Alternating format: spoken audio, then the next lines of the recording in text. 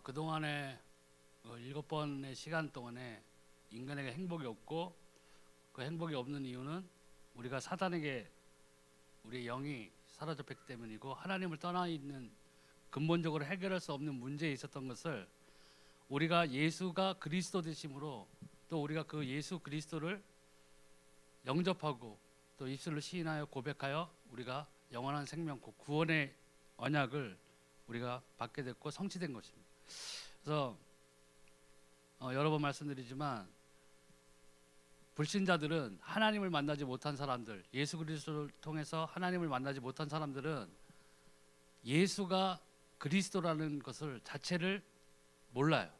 그렇기 때문에 해답 없는 죄와 저주와 사단, 그 다음에 결국에는 영원한 지옥으로 가는 사망을 해결할 수 없는 상태였어요. 근데 우리는 예수가 그리스도 되심을 아는 사람들입니다. 그리고 우리가 예수 그리스도의 이름으로 기도하면 응답을 받는 그런 하나님의 자녀된 신분이에요. 근데 우리가 교회에 나오고 우리가 신앙생활을 한다면서도 우리가 예수 그리스도를 누리지 못하는 이유는, 결국에는 우리가 예수가 그리스도 되심을 아는데도 누리지 못한다는 것은 우리에게 문제가 있는 거예요. 그것을 기억하시고, 또 이제 오늘의 8강은 주제는 하나님의 권능이 언제 나타나는가, 여기에 대해서 알아보겠습니다.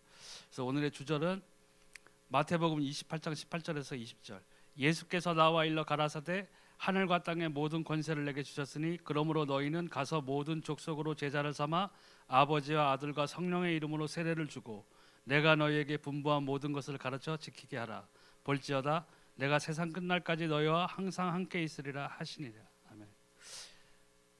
하늘과 땅의 모든 권세가 이 예수 그리스도 안에 있어요. 아버지 하나님께서 이 예수 그리스도의 부활하심으로, 사망을 이기심으로 해서 모든 권세를 이 예수 그리스도에 위임하신 거예요. 그렇기 때문에 우리가 이 하늘과 땅의 모든 권세 지니신 예수 그리스도의 이름으로 기도할 때에 응답이 올 수밖에 없고, 그리고 우리가 예수 그리스도 안에서 사는 자라면은 우리가 모든 것들을 염려하거나 걱정하거나 할 필요가 없다는 것이에요. 이미 모든 문제는 해결되었어요. 예수님께서 십자가에서 다 이루신 거예요. 종교는 사람이 만든 거예요. 사단이 그 배후에 있어요. 하나님께 드려야 되는 경배를 사단이 빼앗기 위해서 종교를 만들어놨어요. 종교는 내가 뭘 해야 돼요. 하지만 복음은 예수 그리스도께서 모든 것을 다 이루어준 거예요. 아무 염려할 것도 없이, 아무 부족한 도 없이 예수님께서 그분의 사역을, 구원의 사역을 다 이루셨어요. 그래서 십자가에서 못 박히시고 피 흘리셔서 그 피값으로 인해서 우리의 모든 죄를 속하셨고 우리에게 생명을 주신 거예요. 창세기 언약을 이루신 거죠. 그럼 먼저 7가지 사실을 우리가 명심해야 됩니다. 근데 원래 인간은 하나님의 형상대로 창조되어 하나님과 더불어 안식하도록 창조되었어요. 그게 하나님이 우리를, 첫사람 아담과 하와를 지으셨을 때 우리 그 인간에게 주신 거예요. 하나님이 자기 형상 곧 하나님의 형상대로 사람을 창조하시되 남자와 여자를 창조하시고, 하나님의 형상대로 창조하셨어요. 여기 계신 분들은 다 부모님들이 거의 대부분이시잖아요. 자기 자식을 보세요. 엄마 아빠 둘 중에 하나를 누구 닮잖아요. 외탁을 하건 어떻게 됐건, 그죠? 그러니까 애착이 더 가는 거예요. 아이를 낳는데 옆집을 닮았다, 옆집 아빠를 닮았다, 어떻게 되겠어요? 큰 난리 나는 거죠 이제. 난리 납니다. 그런데 저는 자식은 없어요. 자식은 없는데 이 구절을 처음에 예수님 믿고 이 구절을 읽었을 때 들었던 감정은 뭐냐면, 정말 하나님의 형상대로 우리를 창조하셨단 말이죠. 그러면 그것은 부모가 자기 자식을 바라보는 그 마음하고 똑같다는 거예요. 원숭이가 사람을 닮았다고 하는데 원숭이는 하나님의 형상이 아니에요. 이 세상에 어떠한 동물도 IQ가 500일 넘는 돌고래가 있다고 할지라도 하나님께 예배드리잖아요. 드릴 수가 없어요. 오직 하나님께 예배드릴 수 있는 건 우리예요. 그리고 하나님은 우리가 하나님을 기뻐하고 예수 그리스도로 하나님의 자녀된 우리들의 예배를 기쁘게 받으시는 거예요. 그런데 마귀 때문에 그 형상이 어두워지고 그 영이 죽은 상태에 이르게 됐습니다. 이게 창세기 이제 선악과 사건이 나오는 거죠. 사단이 뱀을 통해 가지고 아담과 하와를 유혹했죠. 예, 육신의 정욕으로 유혹한 거예요. 저 선악과를 먹으면 너희가 하나님과 같이 되고, 그렇게 해서 유혹을 하니까 그 다음에 그 선악과를 바라보니까 보암직하고 먹음직스럽고 탐스럽기도 한지라 이렇게 해서 육신의 정욕이 거기서 나타나기 시작한 거예요. 거기에 속아서 선악과를 먹어버렸죠. 그래서 하나님이 언약을 떠나버린 거예요. 그래서 하나님께서는 분명히 선악과를 먹으면 너희가 정령 죽으리라고 말씀하셨잖아요. 그런데도 먹었어요. 근데 먹고 난 다음에 하나님이 부르셨을 때 숨었죠. 자기 벗은 것을 보고 갑자기 부끄러움을 느껴서 숨어버렸어요. 하나님의 낯을 피했다고 그랬어요. 그래서 어리석은 거죠. 하나님의 낯을 어떻게 피할 수 있겠어요? 그런데도 피했어요. 죄가 들어왔기 때문에.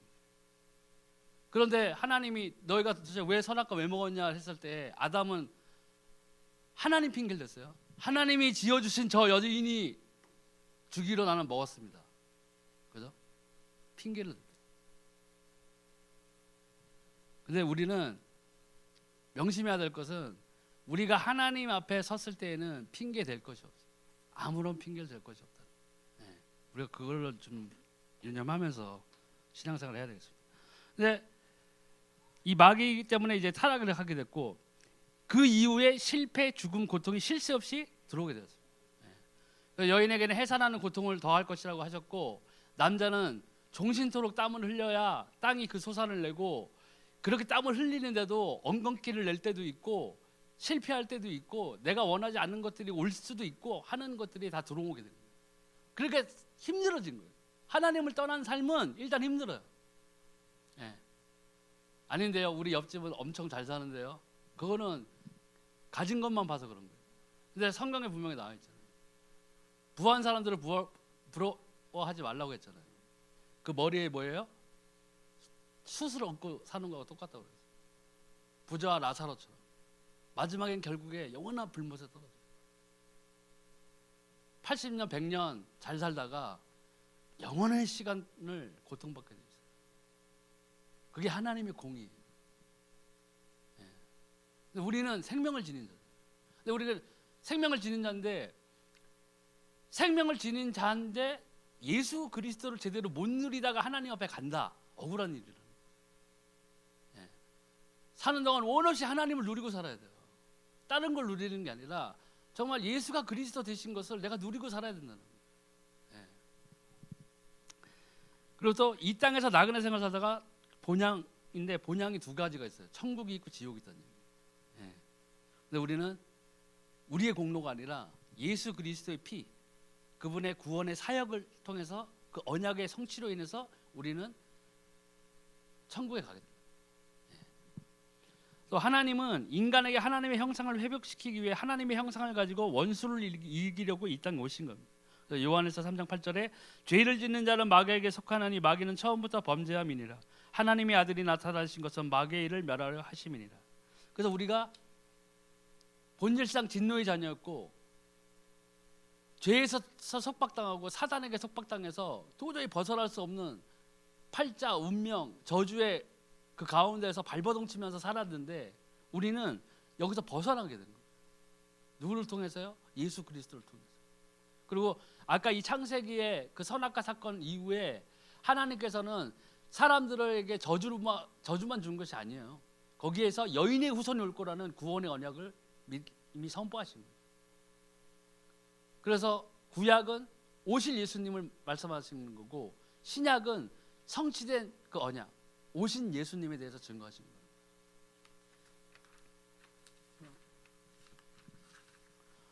그리고 여섯 번째, 예수 그리스도는 하나님이며 사람이십니다. 그래서 요한복음 1장 14절에 말씀이 육신이 되어 우리 가운데 거하심에 우리가 그 영광을 보니 아버지의 독생자의 영광이요 은혜와 진리가 충만하더라.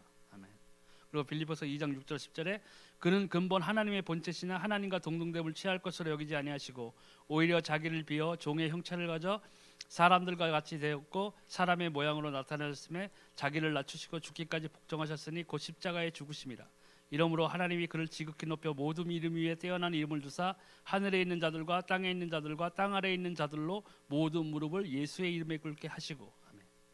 예수 그리스도는 말씀이 육신이 돼서 오신 분이에요. 왜? 구원의 언약의 성취를 위해서 피 흘리셔야 되죠. 근데 원죄가 없어야 되기 때문에 하나님을 떠난 그 원죄를 해결하기 위해서 성령으로 잉태되신 거예요. 남자의 씨를 받지 않았다는 거예요. 모든 남자의 씨를 받은 육체는 하나님을 떠난 원죄가 있어요. 그래서 모든 사람이 죄를 범하였다고 했어요. 무슨 죄예요? 지금 방금 태어난 아기가 무슨 죄가 있겠어요? 그죠? 근데 방금 태어난 아기도 그 원죄를 품고 있는 거예요. 그것을 해결하지 못했어요. 서로가 엄마가 모태 신앙이라고 할지라도 응애하고 나왔으면 그 아이가 하나님의 자녀된 신분이냐를 보면 아니라는 거예요. 나중에 예수님을 만나야 돼요, 그 아이도. 그럼 뭐 한 번 엄마가 모태신앙이면 계속 다 밑에 애들은 예수님 안 믿어도 되는 거예요? 다 구원 받았나요? 아니라는 거예요. 우리가 잘 구별지어서 생각해야 된다. 근데 이 예수 생명을 영접할 때 모든 문제는 해결되는 거죠.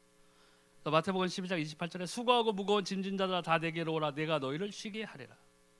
그러니까 이 구절을 가지고 저도 처음에는 무엇을 쉬게 한단 말인가? 내 환경은 아직까지도 여리고고 내가 홍해 앞에 서 있는 기분이고 내가 광야에서 불뱀에게 시달리는 그런 환경인데 예수님 이거 나 쉬게 해주신다고 그러는데 내가 어떻게 된 거예요? 나 점점 힘들어지는 것 같다. 이런 생각도 품었어요.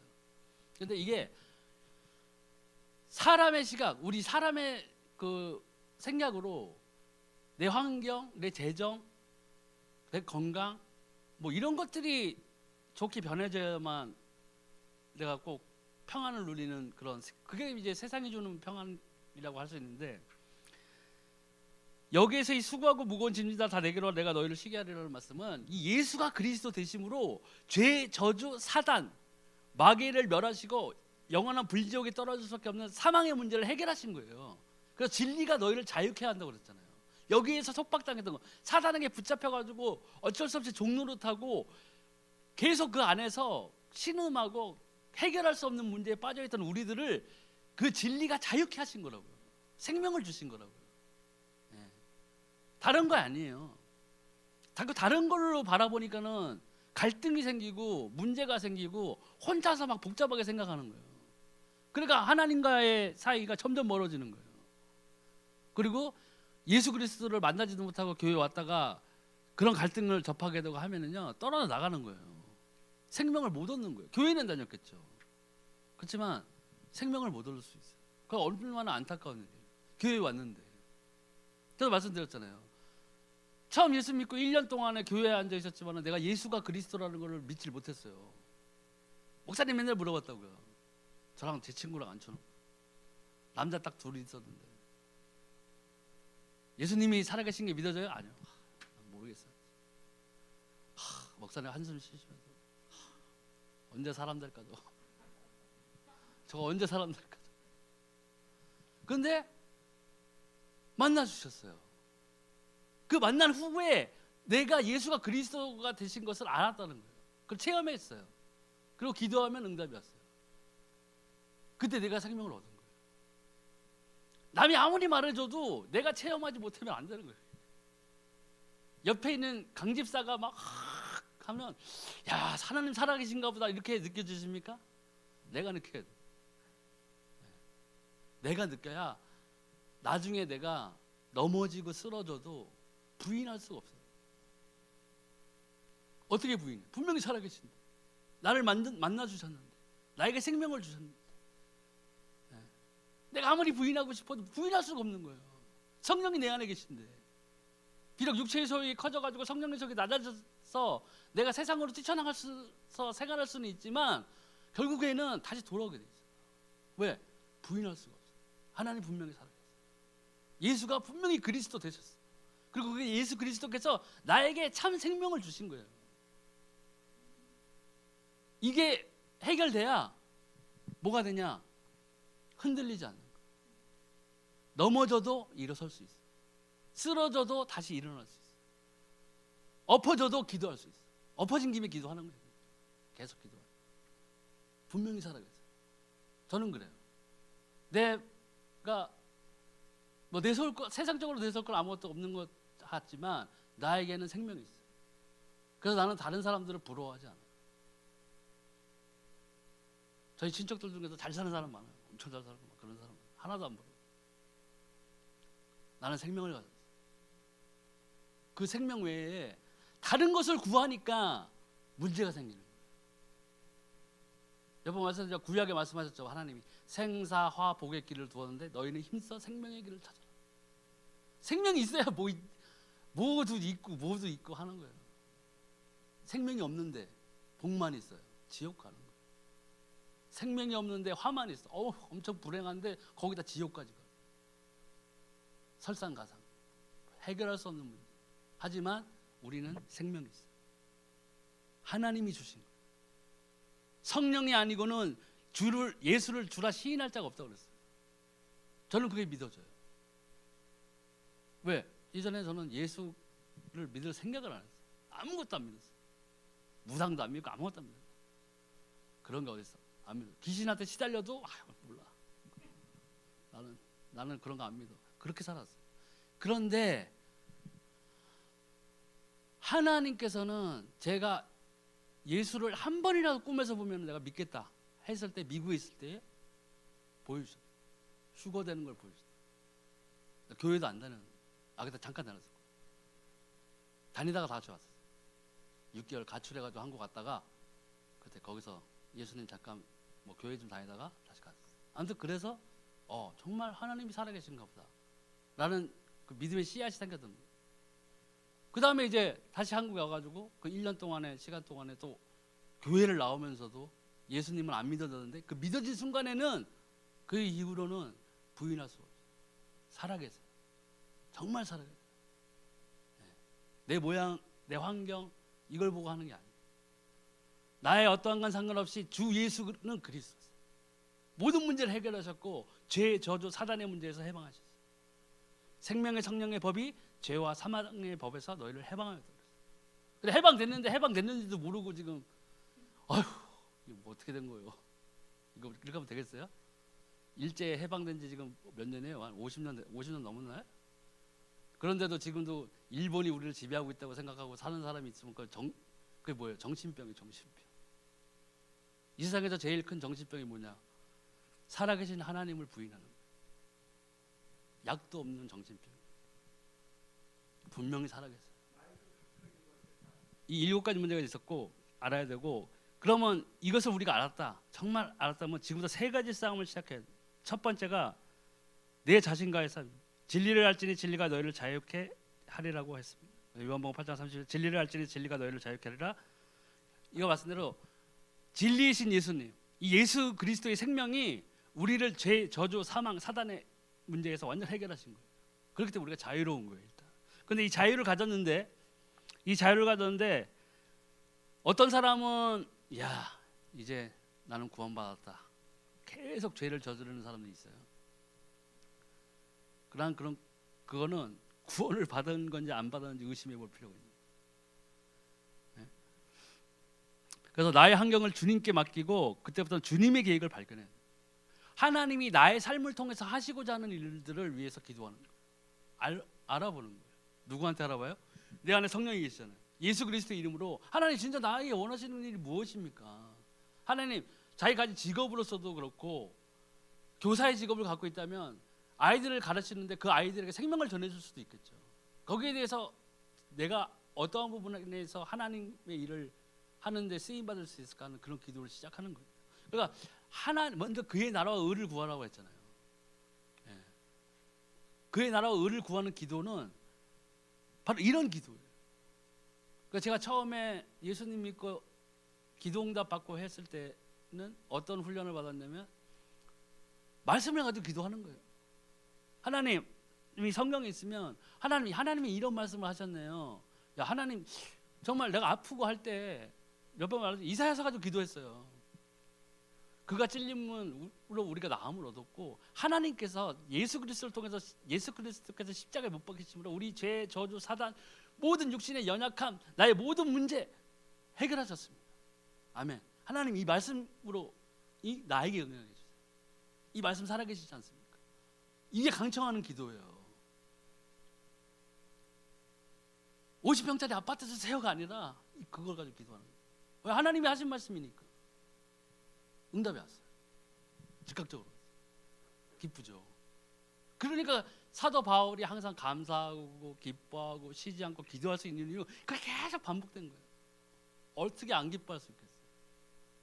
텐트 팔아서 돈 번 게 아니에요. 그게 기쁜 게 아니에요. 하나님의 나라가 임한 거예요. 그걸 본 거예요. 그래서 우리는 나 자신과의 삶에서 나의 환경을 주님께 맡겨 주님께, 또 나의 뜻보다 온전하신 하나님의 뜻을 찾아야 돼요. 그러니까 주기도문에 나와 있잖아요. 뜻이 하늘에서 이루어진 것 같이 땅에서 이루어진. 근데 우리 기도는 보통 하늘의 것과는 상관, 하나님의 뜻과는 상관없어요. 내 걸 가지고 기도하는 거예요. 그러니까 기도가 아니라 주문이 되는 거예요. 주문.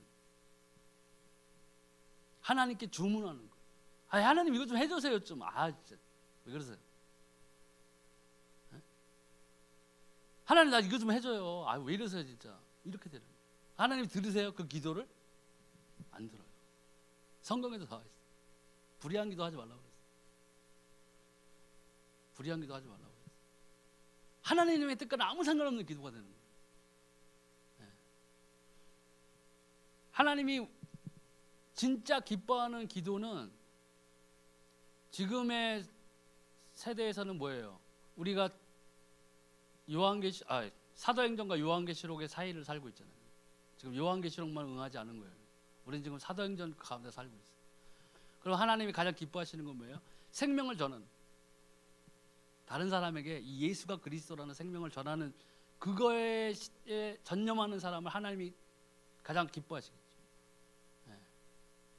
내 걸 막 위해서 기도하는 게 아니라 그런 기도를 하는 자를 찾으시고, 그리고 그런 사람에게 복음을 허락하시는, 전하는 것을 허락하시는. 네. 물론 다 전도자가 될 수는 없어요. 사도 바울도 말했죠. 다 말씀 전하는 자이겠느냐. 봉사하는 자도 있고 다 각기 맡은 분야가 다 있어요. 그래서 그 모든 것들이 한 지체를 이루는 거예요. 예수 그리스도의 머리에서. 예. 다 손이 되고 싶어 하면은 손만 100개면 몸이 이상한 거잖아요. 손은 2개여야 돼요. 손가락이 10개여야 돼요. 다 정해져 있어요. 근데 다 믿음의 분량대로 하나님께서 다 이루시는 거예요. 예. 그래서 나의 뜻이 아닌 하나님의 뜻을 먼저 물어보는 거예요. 여쭤보는 거예요. 하나님한테. 내 생각대로만 하지 말고. 그런 게, 그러니까 기도라든가 이런 게 어쩌면 일종의 훈련이 필요해요. 훈련이. 자꾸 해봐서 응함이 오는 것을 체험해요. 그래서 정말 하나님 살아계시구나. 내가 이런 식으로 기도해야 되겠고, 내가 내 삶의 방식에서 이러한 식으로 하나님과 그의 관계를 회복해야 되겠다. 그게 이루어지면 뭐예요? 임마누엘, 하나님의 복이 나에게 임한 거예요. 하나님이 나와 함께 하시죠. 누가 뭐래도 하나님이 나와 함께 하시면 다른 것들은 아무것도 필요가 없는 거예요. 구해지도 않고. 또 나에게보다 하나님의 계획이 완전하심을 신뢰해요. 우리가 알거니와 하나님을 사랑하는 자 곧 그 뜻대로 부르심을 입은 자들에게는 모든 것이 합력하여 선을 이루느니라. 하나님이 미리 아신 자들로 또한 그 아들의 형상을 본받게 하기 위하여 미리 정하셨으니 이는 그로 많은 형제 중에서 맏아들이 되게 하려 하심이니라. 아멘. 항상 내가 세우는 계획은 내 머릿속에서는 완벽할지라도 그게 하나님의 계획이 아닐 수도 있다는 거예요. 그러니까 우리가 이러한 것들을 체험하기 위해서는 제일 중요한 건 기도예요. 계속 기도해야 돼요. 계속 기도는 못하면 시간을 정해놓고라도 기도해야 되는데, 그 기도가 예수님이 말씀하신 것처럼 중언부언 이렇게 하는 기도가 아니라 정말 정확한 문제를 가지고 하나님께 답을 얻으려는 것을 가지고 집중 기도해야 돼요. 그러면 하나님이 환경을 통해서나 사람을 통해서나 아니면은 성령의 인도하심에 따라서 나의 생각을 바꾸시게 하시든가 해서 하나님의 계획을 알게 하실 거예요. 근데 우리가 이런 관심이 없어지기 때문에 하나님과 나와의 관계가 멀어진 거예요. 교회는 나와서 예배는 드리는데 하나님과 나와의 관계는 멀어져요. 그게 문제라는 거예요. 나는 왜 주일 성수 맨날 하고 예배 드리고 성가대 올라가서 성가도 하고 봉사도 하고 하는데 왜 우리 기도 응답을 못 받을까? 답은 그게 첫째, 죄가 있기 때문에. 제 경험으로는 그래요. 하나님을 믿고 내가 예수 그리스도 이름을 기도하는데 응답이 안 온다. 엉뚱한 걸 기도하거나 죄가 있거나 둘 중에 하나예요. 그러니까 목사님, 사모님한테 달려가서 얘기할 게 없다는 거예요. 목사님 어떻게 됩니까? 10일 금식할까요? 오기. 그건 오기. 하나님이 기뻐하시는 금식은 그게 아니죠. 오기죠. 나 죽을 거예요 하나님. 협박하는 거예요 하나님은? 안 되는 거예요. 그러니까 먼저 그것들을 생각할 때 내가 하나님과 나의 관계를 가로막는 거에서 내가 생각하기에는 90%는 나의 죄예요. 하나님이 나에게 그 싫어하는 영역이 있는 거예요. 버려야 될 부분들이 나한테 있는 거예요. 그걸 버려야 돼요. 그리고 나머지 10%는 엉뚱한 기도를 하는 거예요. 주문을 하는 거예요. 주문. 하나님한테 주문하는 거예요. 그 주문은 다른 종교도 다 주문하잖아요. 불교도 하고 무당들도 하고 산에서 촛불 켜놓고 돌탑 도는 그런 사람들도 똑같이 주문하는 거예요. 그 사람들은 기도가 아니에요. 주문이에요. 그 사람들은. 근데 우린 뭐예요? 살아계신 하나님을 섬기는 거예요. 살아계신 하나님을 섬긴다는 것은 뭐냐? 예수가 그리스도가 주라고 우리가 주님이라고 하죠. 주인이에요. 주인. 그런데 쉽게 얘기해서 삼성의 평사원이 이재용한테 가서 뭐라고 할 수 있어요? 월급 올려줘. 집도 사주고, 차도 좀 좋은 거 주고 이렇게 할 수 있어요? 이재용이가 들어줄까요? 안 들어주죠. 이재용도 안 들어주는데 하나님한테 그래 보세요. 하나님 기가 찰 거예요 진짜. 자식이라 어떻게 할 수는 없고, 미치겠다. 하나님 그러실 거예요. 그러니까 우리가 잘 생각해야 돼요. 그래서 여기에 나오는 나의 고집과 생각은 유익을 주지 못해요. 내 고집대로 한번 해보세요. 되는 게 있나? 안 돼요. 나는 나만의 방식을 고수할 거야. 목사님 두고 보세요. 내가 나만의 방식으로 성공할 겁니다. 이렇게만 해보세요. 절대로 안 돼요. 나 자신을 완전히 주님께 맡겨요. 그러니까 내 자신을 이렇게 주님께 맡겨야 된다고 하는데 어떻게 맡겨야 되는 거예요? 우리가 알아야 될 거예요. 그죠? 말은 이렇게 편해요. 보면 진리가 너희를 자유케 하려고 수고하고 무거운 짐진자다 다 내게로 오라 내가 너희를 쉬게 하리라. 아멘 했는데 집에 가면 편치도 않고 화딱지 나고 되는 일도 없고 신경질 나고 짜증 나고 카드사에서 연체됐다고 막 문자 날라오고 막 하나님 이게 뭡니까? 어떻게 쉬는 겁니까? 하는데 그렇게 다 그 생명을 생각하지 않고 그 생명 안에서 예수 그리스도를 누리지 못하고 있는 거예요. 그러니까 여기서 나의 자신을 완전히 주님께 맡겨야 되는 어떻게 맡길 건데요? 어떻게 맡겨야 돼요 도대체? 하나님 나 좀 데려가세요. 나 완전히 드릴게요. 아니면 막 그냥 협박해야 됩니까 하나님은? 아니. 기도와 말씀으로 나를 깨부셔야 돼요. 그리고 예수가 그리스도 되신 걸 인정하고 예수가 나의 주인이시고 나의 생명이시고 구주이시라는 것을 인정한다는 건 뭐냐면 그분의 말씀에 순종하는 거, 기도하는 거, 예배드리는 거. 그게 깔려 있어야 내가 성장할 수 있어요. 요셉이 국무총리가 됐잖아요. 근데 요셉이 국무총리가 하루 만에 됐어요? 꿈꾸자마자 막 형제들이 자기한테 막 그냥 경배하고 하는데 하루 만에 그게 됐어요? 아니잖아요. 고난이 있었다고.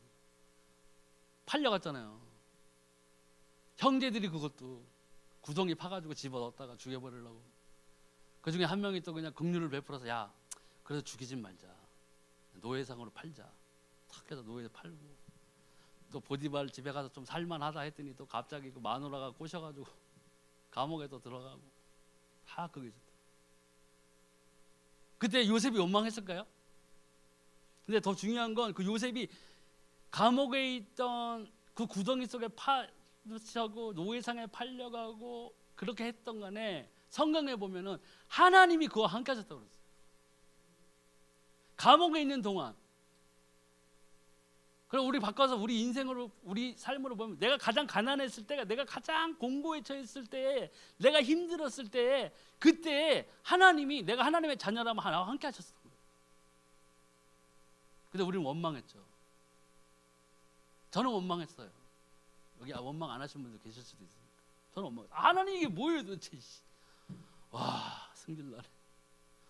나 하나님 진짜 이러실 수 있습니까? 그랬어요.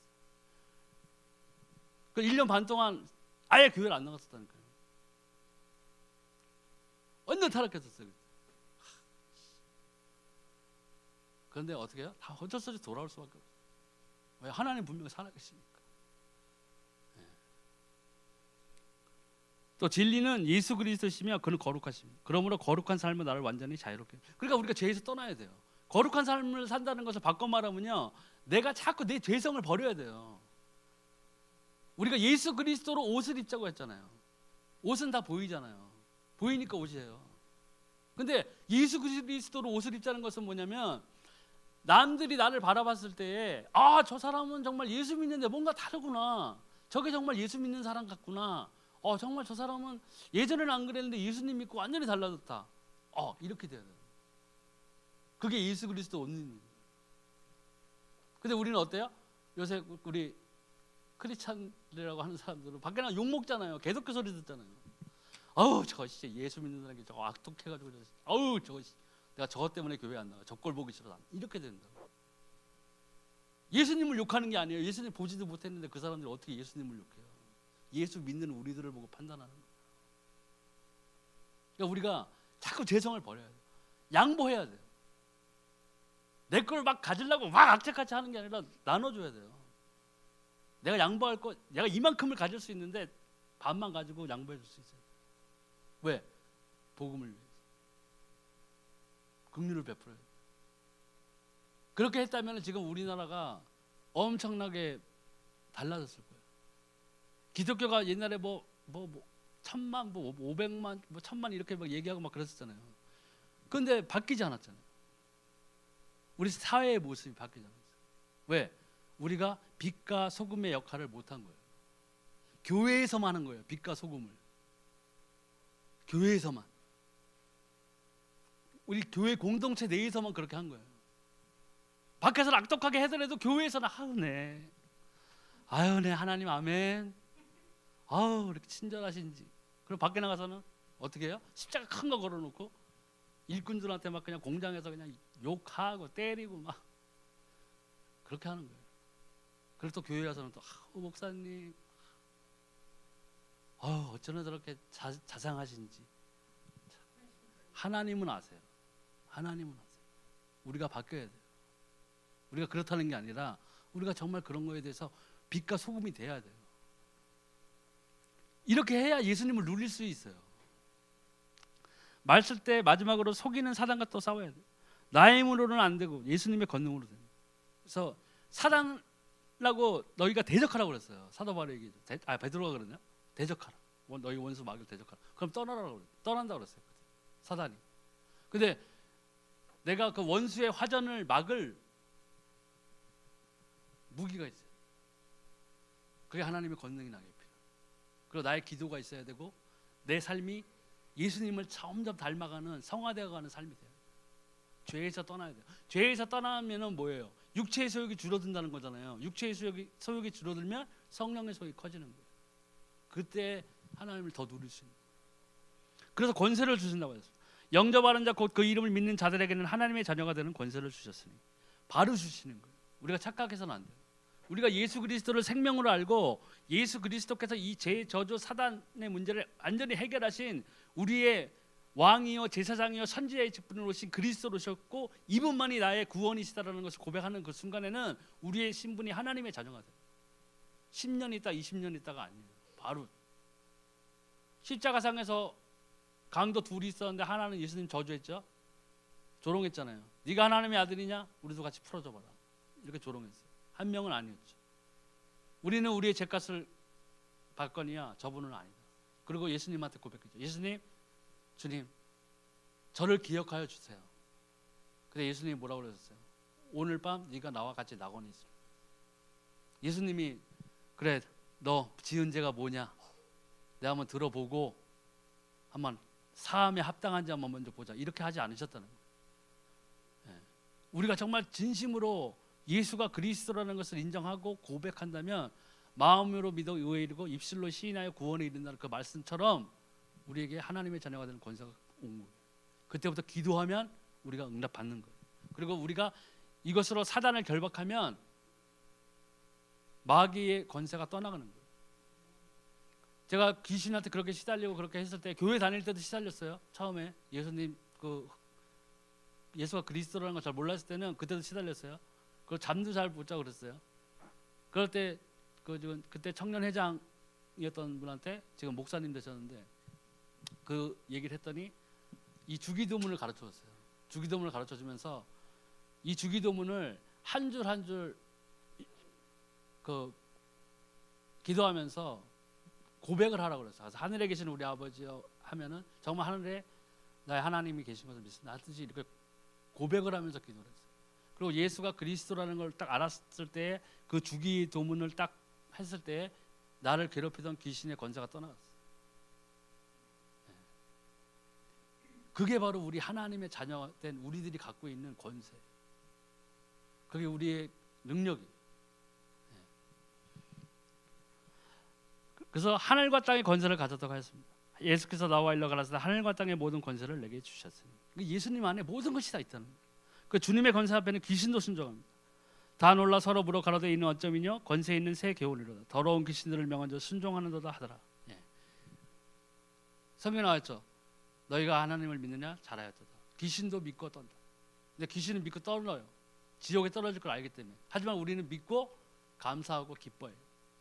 우리는 천국에 가기 때문에, 하나님의 나라에 가기 때문에. 그러니까 이런 권세가 예수 그리스도 안에 있어요. 예수 오신 이유는 마귀를 멸하기 위해서입니다. 죄를 짓는 자는 마귀에게 속하나니 마귀는 처음부터 범죄함이니라. 하나님의 아들이 나타나신 것은 마귀의 일을 멸하려 하심이니라. 마귀의 일을 멸하신 거예요. 그래서 그 마귀에게 속박되어져 있고 사단에게 붙잡혀 있던 우리의 영들을 생명으로 옮기신 거예요. 우리 인간으로서는 해결할 방법이 없다는 걸 하나님은 너무나 잘 하셨기 때문에. 또 기도응답의 권세도 예수 그리스도께 있기. 지금까지는 너희가 내 이름으로 아무것도 구하지 아니하였으나 구하라 그리하면 받으리니 너희 기쁨이 충만하리라. 이 예수 그리스도의 이름으로 우리가 하나님께 기도하는 이유는 이 예수 그리스도 안에 모든 권세가 있기 때문에 하나님이 그 권세를 예수 그리스도 안에 다 주셨어요. 그렇기 때문에 우리가 하나님의 자녀이기 때문에 나의 구주이신 예수 그리스도의 이름으로 기도하는 거예요. 그럼 그때부터 응답이 온다는 거예요. 또 세상과 더불어 싸워야 합니다. 성령 인도를 받아요. 그래서 성령 인도를 받지 않고는 정확히 얘기하면 세상과 싸워서 이길 수가 없어요. 왜냐하면 성령의 인도를 받지 않는다는 것은 우리가 사람의 생각, 내 생각으로 살아간다는 거거든요. 근데 내 생각으로 살아가서 이 세상의 공중권세 잡은 자는 사단인데 내 생각으로 살아가가지고 그 사단을 어떻게 이기겠어요? 못 이긴다는 거죠. 성령 인도를 받아야 돼요. 그래서 요한복음 14장 보혜사 성령이 영원토록 우리에게 함께 하신다고 했어요. 내가 아버지께 구하겠으니 그가 또 다른 보혜사를 너에게 주사 영원토록 너희와 함께 있게 하시니. 그러니까 성령을 보내신 이유가 있는 거예요. 내 생각대로 살고 또 내가 가진 능력으로 살다 보면 실패할 수밖에 없다는 걸 하나님 너무나 잘 아셨던 거예요. 또 요한복음 14장 26절 27절 모든 것을 생각나게 하신다고. 그래서 이 성령 오신 이유 중에 하나가 예수님께서 분부하신 모든 것들을 생각나게 하시고 우리가 또 그것을 가지고 기도하게 할 수 있는 그 힘, 또 하나님의 일에 더 가까워지고 하나님의 그 권능에 나타남에 있어서 더 밀착시키기 위해서 성령께서 우리와 계속 함께 하시는 거예요. 작게는 우리 개인의 삶에 내 삶이 끝날 때까지 성령이 나와 함께 하시는 것은 물론이거니와 성령은 이 세상 끝날까지 예수님 오시는 그날까지 성령은 우리와 계속 함께 하신다는 거예요. 구원의 약속. 또 요한 1서 2장 20절 27절 기름을 부으사 모든 것을 깨닫는다고 하셨습니다. 또 기름 부음을 우리가 또 받았죠. 우리도 예수 그리스도께서도 그 기름 부음 받은 그 직분대로 그리스도가 되셨던 거고 우리도 왕과 하나님의 자녀가 됨으로써 왕 같은 제사장입니다. 우리의 그 하나님의 자녀이기 때문에. 그래서 우리가 이 성령과 친밀해지는 이루어지지 않는다면은, 반대로 얘기하면은 내 삶에서 이루고자 하는 하나님의 뜻을 알 수가 없어요. 한마디로 그 알 수가 없어지는 것만도 문제인데, 더 문제가 뭐냐, 세상과 더 가까워지게 돼 있어요. 제 경험으로는 반드시 그렇게 돼 있어요. 어중간한 게 없어요.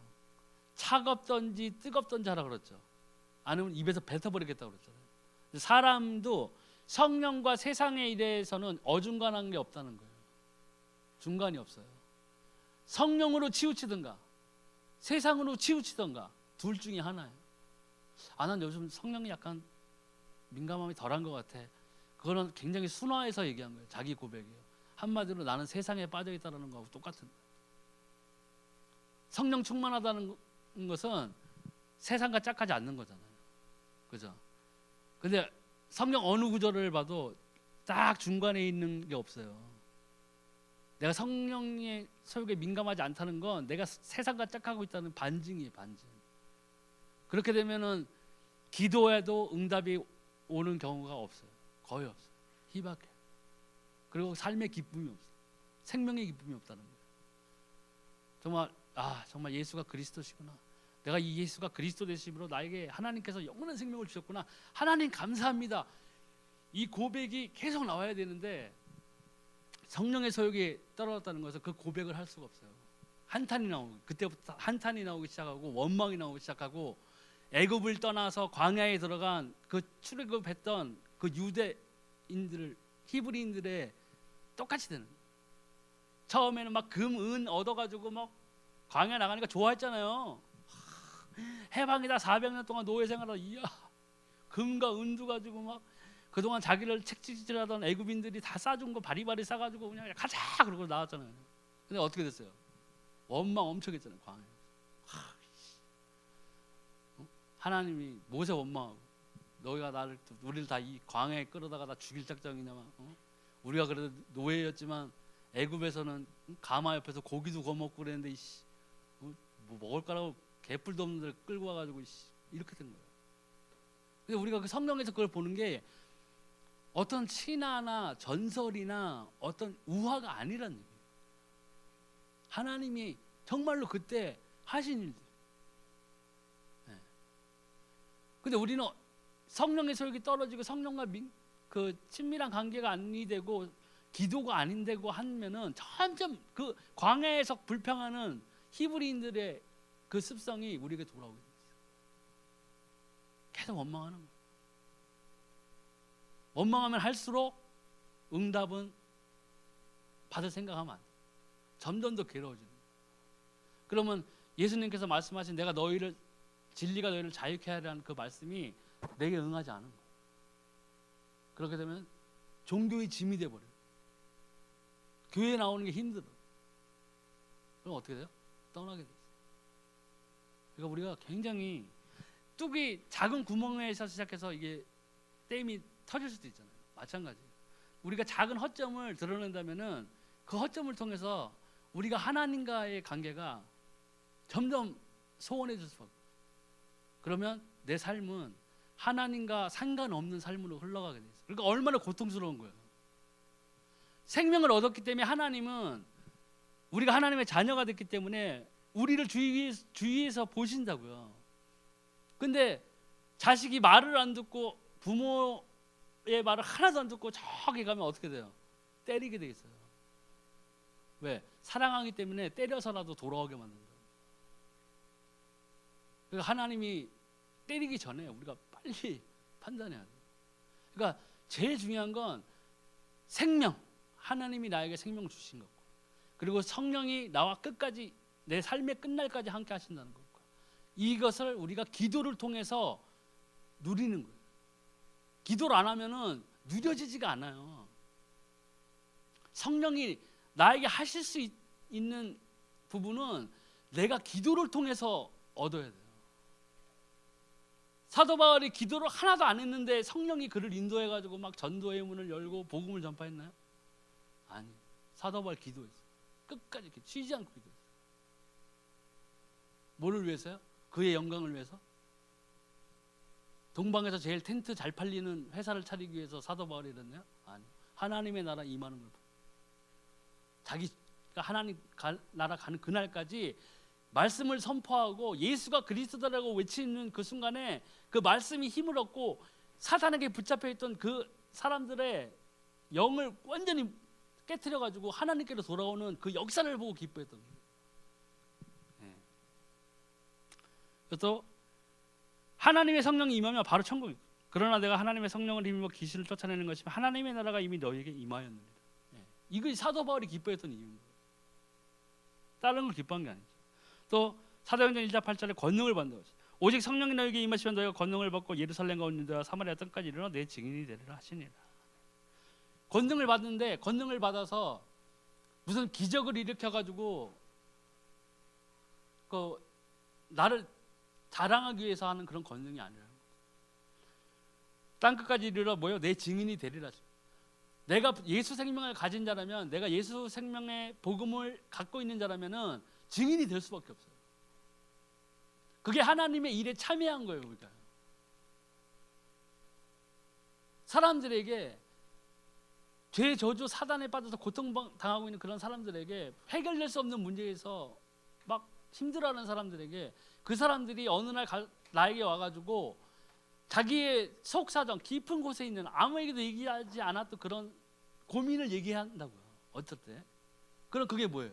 그럴 때 두 가지 방법이 있죠. 아유 그렇게 힘들게 살았구나. 야 가자 호프나 한잔 하러 가자. 노가리에다가 깔끔하게 내가 한잔 살게. 이 방법이 하나가 있어요. 그게 세상적인 방법. 그런데 우리가 복음을 가진 자라면 그 사람에게 네가 그렇게 힘들어하는 데에는 네가 해결할 수 없는 부분이 있다. 그렇게 말을 할 정도면 그 사람이 이미 마음의 문이 많이 열려진 거예요.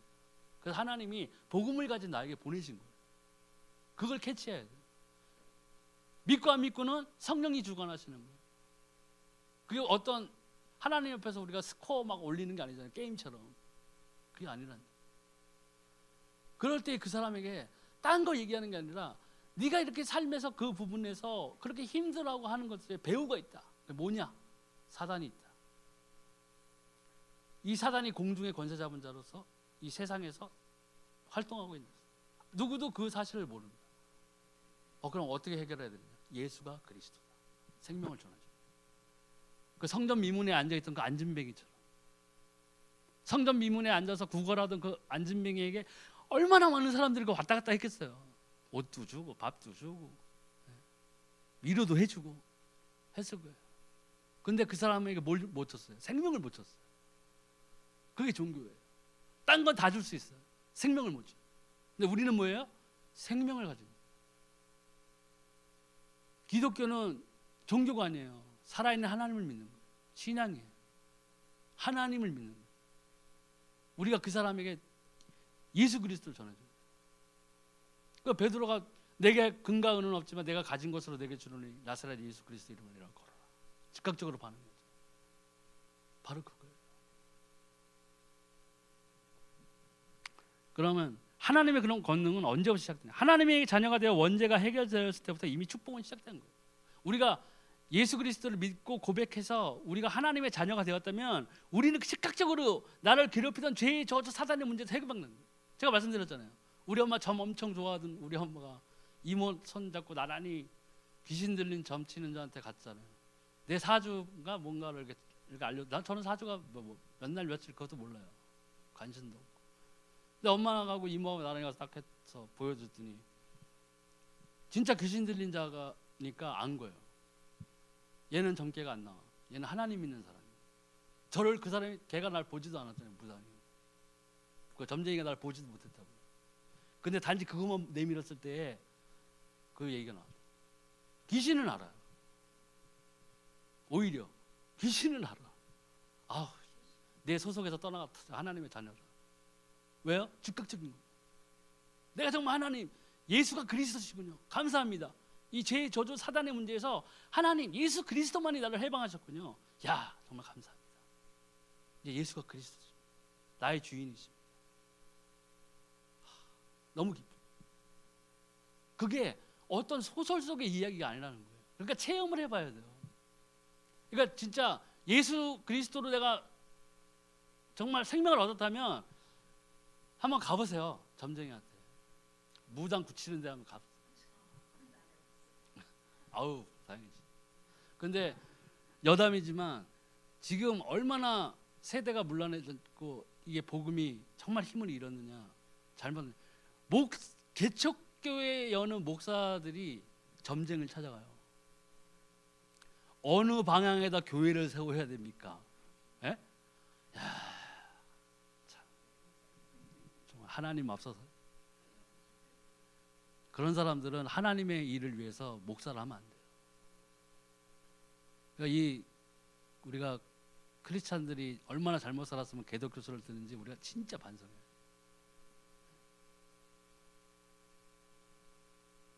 이 개독교라는 소리를 듣게 된 게 다 우리 때문이에요. 그 가장 큰 이유가 목사 되면 안 되는 사람이 목사 되는 거고, 장로 되면 안 되는 사람들이 장로 되는 거고, 집사 되면 안 되는 사람들이 집사 되는 거예요. 그렇게 해서 되는 거예요. 저도 지금 당장 이거 안수집사 타이틀을 뗐으면 좋겠어요. 그러지 않는데. 그래서 성경대로 해야 되거든요. 사실은요. 성경대로. 집사 보세요. 성경에 집사 어떤 사람이 되는 거예요? 한 가정의 가장이고 사람들에게 흠 없고 칭찬받는 사람들을 집사 세웠어요. 초대교회는요. 그게 집사예요. 왜 우리가 참 반성 많이 해야 되죠? 잘해야 돼요. 그 자범죄를 해결할 때 비로소 그 능력이 나타나요. 하나님을 믿고 예수 그리스도를 주라 시인했고 내가 주일 성수하고 있고 하는데 기도하면 응답이 오지 않고 시기 나고 질투 나고 열받고 화나고 이러면 왜요? 내 자범죄가 있어요. 내가 저지른 죄가 있다. 옆에 있는 김집사한테는 말 못하고 이집사한테도 말 못하고 목사님한테도 말 못하고 사모님한테도 말 못하는 죄가 있어요. 나와 하나님만이 아는 죄. 그걸 해결해요. 그걸 끊어야 돼요. 죽기까지 싸워야 돼요. 그거랑. 그래야 비로소 하나님의 응답의 문이 열려지는 거예요. 하나님이 죄를 싫어한다고 그러셨죠. 하나님 죄를 엄청나게 싫어하시는 거예요. 죄가 있으면 기도에도 안 받는다고 그랬어요. 성경 구역에 나와 있잖아요. 오죽하면 재물이나 11조도 가져오지 말라고 그랬어요. 불의한 것은. 나는 좋다고 하나님 2억의 11조를 가져왔습니다고 딱 내놨는데 하나님은 교회에서는 받는데 하나님은 안 받았어요. 왜? 성경에 나와 있잖아요. 너희가 그 일꾼들의 탄원 소리가 하나님의 귀에 들린다고 그랬어요. 만 착취해가지고 돈 번 거 가지고 11조 많이 한다고? 교회는 기뻐할 수 있어요. 아니, 목사님은 기뻐할 수 있어요. 성도들은 부러워할 수 있어요. 하나님은 속일 수 없어요. 우리가 그 하나님 앞에 언젠가 서요. 예수님께서 그 휴거의 때가 언제인지는 모르겠지만 내 삶에 끝나는 그날까지 안 온다고 하더라도 그럼 예수님이 영원히 안 오시는 거예요? 내가 이 육신의 장막을 벗으면 나는 누구 앞에 서요? 하나님 앞에 서요. 누구도 나를 위해서 변호해 줄 수 없어요. 우리 목사님 아무리 위해서 나를 기도하고 우리 사모님 얼마나 신실하십니까? 저를 위해서 얼마나 많이 우리 성도들을 위해서 얼마나 많이 기도하십니까? 그 사모님 양손을 붙잡고 서 있어도 안 돼요. 저건 우리가 그걸 잘 생각해요. 그래서 고난, 핍박, 질병, 좌절 속에서 하나님의 계획을 발견. 성경에 있는 많은 사람들이 이 가운데에서 하나님의 계획을 발견했어요. 요셉이 있죠. 욥이 있잖아요. 많은 사람들이 욥 하나님 나 욥처럼 되게 해주세요. 동방의 거부 앞에 건 아무것도 생각 안 나요. 저는 동방의 거부가 되고 싶어요. 그렇게 기도하는 게 잘못된 거예요. 욥이 얼마나 고난을 당했습니까? 아무 죄 없이 사단에 참소했잖아요. 하나님 앞에 딱 갔을 때 하나님 봐라 저기 동방의 욥을 봤느냐? 저처럼 완전한 자가 없다. 나를 따르는 자가. 사단이 막 참소해줘. 그 하나님 다 주셨으니까 그런 거 아닙니까? 아니 하나님 저거 다 뺐으면 제가 원망할 거려? 그래? 그럼 저의 목숨만은 놔두고 해하지 말고 네 마음껏 한번 해봐라 했을 때 먼저 그 자녀들이 다 죽었죠. 잔치하다가 양, 낙타 싹 다 거지돼 버렸어요. 그리고 3년 동안 막 기아장으로 온몸을 긁는 피부병에 시달리면서 옆에서 마누라는 네가 차라리 하나님 저주하고 죽어라. 친구들 또 개떼처럼 몰려오진 않았지만 3명인가 4명 몰려와서 계속 조롱했잖아요. 그거를 견뎌냈어요. 하나님 원망하지 않았어요. 그 이후에 동방의 거부가 됩니다. 근데 이건 다 필요 없어. 그냥 하나님 복잡한 거 싫어요. 하나님 왜 제게 그렇게 고통을 주시려고 하십니까? 하나님 그냥 깔끔하게 동방의 거부되면 안 돼요? 이렇게 되니까 잘 생각하시고 해야 돼요. 그러니까 나의 삶 속에서 하나님의 목적을 발견해요. 그건 뭐예요? 내가 복음을 가진 자라면 내가 이 복음을 내가 살아생전에 하나님 만나는 그날까지 때를 얻든지 못 얻든지 간에 나에게 와서 하나님 정말 자기 자신의 인생의 그 허무함을 호소한다거나 아픔을 호소한다거나 할 때에 세상 사람들이 주는 다른 위로를 던져주는 게 아니라 그 사람의 영혼을 찌르는 복음을 전하겠습니다. 이렇게 해서. 근데 그 사람이 안 믿었어요. 하나님, 나 오늘도 실패해서 이렇게 돼야 되나요? 아니에요. 때를 어떤지 전하는 거예요. 그 마음의 문을 여시고 그에게 구원의 때에 구원을 허락하시는 건 하나님이세요. 내가 아니라는 거예요. 근데 그것마저도 막 내 사업인 양, 막 내 능력인 양 그렇게 해버리니까 문제가 되는 거예요. 그러니까 막 자꾸 막 이상한 생각 들고 자기 자신이 뭐가 된 것처럼 그래가지고 이단이 돼버리는 거예요. 갑자기 돌아버리잖아요. 내가 그리스도다. 어머니 하나님? 어머니 하나님. 환장할 노릇이죠. 근데 그게 뭐예요? 미혹의 영이 있다는 증거예요. 미혹의 영에 걸려들면은 진짜 답이 없어요. 굉장히 힘든 거예요. 근데 하나님 안에 우리가 있는 자로서는 그러한 것들에 대해서 우리가 해방됐다는 것에 대해서 너무나 감사하게 돼야 돼요.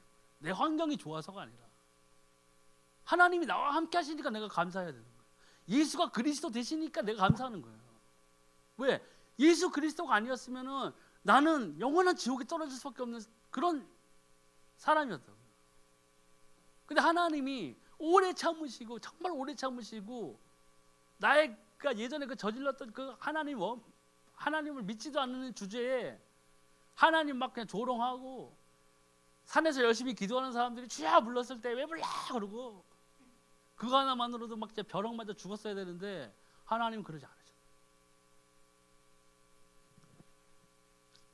또 내가 처한 것에서 하나님의 더 큰 뜻을 찾아야 돼요. 그러니까 이 사람이 포지션이 20대의 포지션, 30대, 40대 다 포지션 틀려요. 그리고 직장도 마찬가지예요. 처음에는 자그마한 알바로 시작할 수도 있어요. 그죠? 처음에 사회생활 했을 때. 그럴 때에도 거기서부터 계속 하나님을 찾아야 되는 거예요.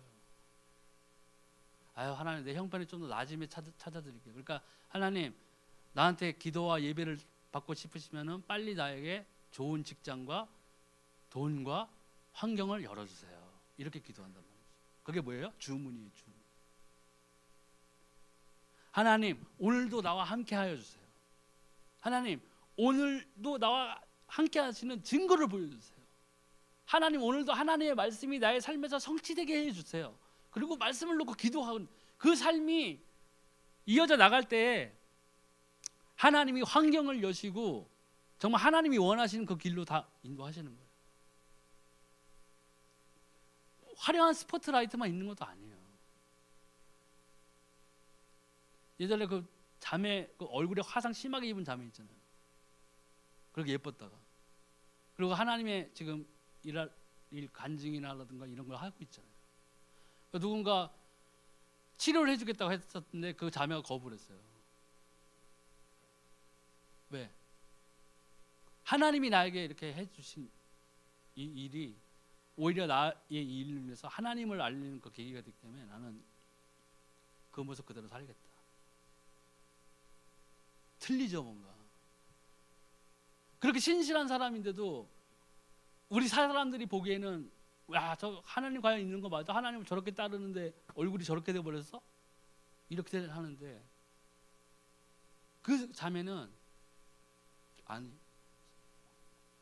예전에 어떤 자매였나? 꽤 오래 한 20년도 더 된 일인 것 같아요. 이 훈련을 받았던 자매였는데 굉장히 큰 사고를 당했어요. 여자였는데 큰 사고를 당해가지고 병원에 입원을 했는데 너 몸에 어딘가 못 쓰게 됐던 거 굉장히 큰 사고였어요. 그래서 그 자매에게 복음을 전해줬던 사람이 찾아갔어요, 병원에. 그 자매의 모습을 딱 보고 너무 눈물이 나는 거예요. 그 눈물을 흘리면서 그 자매한테 손을 딱 잡고 그랬어요. 내가 너에게 그리스도를 전했는데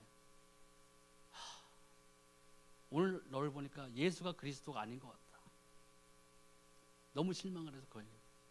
근데 그 누워있던 자매가요, 그 전한 사람의 손을 딱 붙잡고 얘기했어요. 주 예수는 그리스도십니다. 나의 어떠한 문제나 나의 어떠한 모습이나 나의 어떠한 환경이나 나의 어떠한 거는 상관없습니다. 예수님은 그리스도이십니다. 예수님이 참 생명이십니다. 고백을 했어요. 그게 우리 크리스찬들이에요. 자빠지고 넘어졌다고 옆에서 조롱해도 야, 너 예수 믿는데 왜 그래?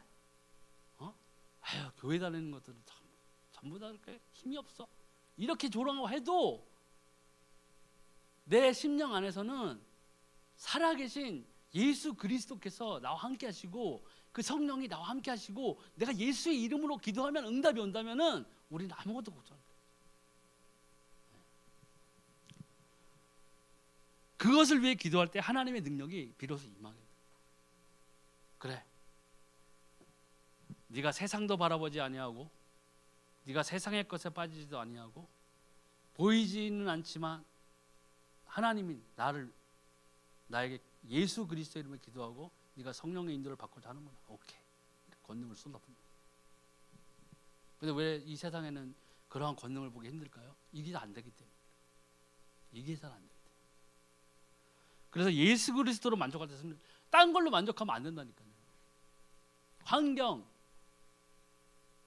뭐 통장 잔고 이런 거. 통장 잔고가 아무리 많아도 육신의 장막을 벗을 때는 들고 갈 수가 없어요. 들고 가서 금과 은이 그렇게 좋나요? 천국 가보세요. 바닥이 금과 은으로 써요. 바닥이 금을 밟고 살아요. 천국에서. 우리 발밑에 두고 있어야 될 그 금을 이 땅에 있을 때는 이러잖아. 근데 천국 가보면 금과 옥, 뭐 벽곡 뭐 다 있잖아요. 다 밟고 살아요. 그러니까 얼마나 이게 험한 거예요. 이거 잘 생각해야 돼요. 그러니까 우리가 우울하다거나 힘들다거나 이랬을 때 가만히 앉아서 생각해 보세요. 기도해 보세요. 내 주변을 보면 여리고고 내 꼬라지를 보면 기뻐할 만한 것이 아무것도 없고 하나님 내 삶이 왜 이렇습니까? 이러는 게 아니라 무릎 꿇고 기도하는 거예요. 하나님, 제 환경은 여리고고 제 환경은 홍해 같습니다만은 제가 아무리 생각해봐도 이 예수가 그리스도십니다. 제 모양을 봐서는 사람들이 비웃을 수도 있지만 제 삶을 봐서는 저는 이 예수가 그리스도 되심으로 생명을 얻었습니다. 하나님 감사합니다. 그리고 하나님 성령으로 나를 인도해 주세요. 나에게 기도할 수 있게 해주세요. 제대로 된 기도를 하게 해주세요. 안 되면 말씀을 붙잡고 기도하세요. 그 말씀이 성취되어 온다? 우리는 하나님의 자. 다른 거 필요 없어요. 우리가 이런 것을 가장 중요하게 해요. 그럴 때에 하나님의 권능이 임하는 거예요. 강한 권능이 임하는 거예요. 네 번째 치유는 여러분이 좀 오는 정신질환, 이것도 마찬가지예요. 정신질환이라든가 이런 것들은 거의 대부분이 그 사단에게 속박되어져서 오는 것들이 많아요. 우상 숭배하면 3, 4대까지 저주한다고 그랬잖아요. 그래서 무당이라든가 이런 자녀들은 정신병자가 꼭 있어요. 우상 숭배를 많이 하는 집안에는 꼭 그런 환자들이나 우환을 가진 사람들이 있어요. 이게 다 영적 저주에서 오죠. 우리가 예수 그리스도를 인해서 우리가 생명을 얻은 자라면 여기에서 속박당하는 것이 아니라 여기서 해방된 거예요. 그렇기 때문에 예수님께서 정신병자들을 쫓아낼 수 있었던 거예요. 귀신을 쫓아내고 정신병자를 쫓아내고 하셨던 것들이 바로 예수님이 마귀를 멸하신 그 그리스도의 직분을 오신 분이기도 하지만 말씀이 육신이 되었다고 그랬잖아요. 네. 세상 모든 종교가 치유라든가 봉사라든가 사랑이라든가 뭐 이런 거 나눔이라든가는 흉내낼 수 있어요. 뭘 흉내 못 내냐? 하나님의 말씀을 흉내 못 내는 거예요. 생명 대신 말씀을 흉내 못하는 거예요. 그래서 아무튼 오늘 이 하나님의 권위가 어째 나타나는 거에 대해서 말씀 나눴는데, 가장 중요한 것은 그래요. 제일 중요한 건 예수가 그리스도라는 걸 잊어버리면 안 돼요. 그리고 이 예수가 그리스도 되신 것을 우리가 누려야 돼요. 그럴 때 내가 하나님의 권능을 받을 준비가 돼요. 그게 돼야 성령의 인도를 따를 수 있어요. 성령의 소욕에 민감해질 수 있어요. 육신의 소욕을 버릴 수 있어요. 죄에서 떠날 수 있다는 거예요.